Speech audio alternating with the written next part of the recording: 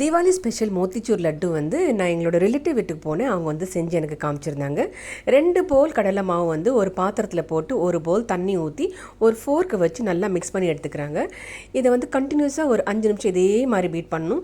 கொஞ்சம் லம்ஸ் இருந்ததுன்னா கையை போட்டு நல்லா நசுக்கி விட்டு அதை வந்து சாஃப்ட் ஆக்கிட்டு, அதுக்கப்புறம் எண்ணெய் காஞ்ச உடனே அந்த காரா பூந்தி செய்கிற ஒரு கரண்டி இருக்கும் ரவுண்ட் ஷேப்பில், அந்த கரண்டில் மாவை ஊற்றி ஸ்பூன் போட்டு இந்த மாதிரி நம்ம கிண்டி விட்டால் காரபூந்தி ஷேப்பில் ரெடி ஆயிடுச்சு. இப்போ பாகுக்கு பார்த்தீங்கன்னா ஒரு பவுல் சர்க்கரைக்கு ஒரு பவுல் தண்ணி எடுத்துருக்குறாங்க. அதை போட்டு ஒரு 10 நிமிஷம் லோ ஃப்ளேமில் கைவிடாமல் இந்த மாதிரி மிக்ஸ் பண்ணிகிட்டு இருக்கணும்.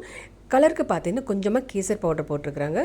இது ரெடியான ஒன்று நான் வந்து பாகை ஆஃப் பண்ணிவிட்டு ஒரு பிளேட் எடுத்துகிட்டு அந்த காரபூந்தியில் அந்த பாகை போட்டு மிக்ஸ் பண்ணிவிட்டு டேஸ்ட் கூட்டி கொடுக்க கொஞ்சமாக கேஷ்யூ போட்டிருக்கிறேன். அதையும் போட்டு நம்ம ரவுண்ட் ஷேப்பில் எடுத்து ஒன்று ஒன்றா பிடிச்சி நம்ம டிஸ்பிளேயில் இந்த மாதிரி பிளேட்டில் வச்சுட்டு சர்வ் பண்ணிங்கன்னா மோத்திச்சூர் லட்டு ரெடி. இந்த ரெசிபி உங்களுக்கு பிடிச்சின்னா ட்ரை பண்ணி பாருங்கள். ஹாப்பி தீபாவளி.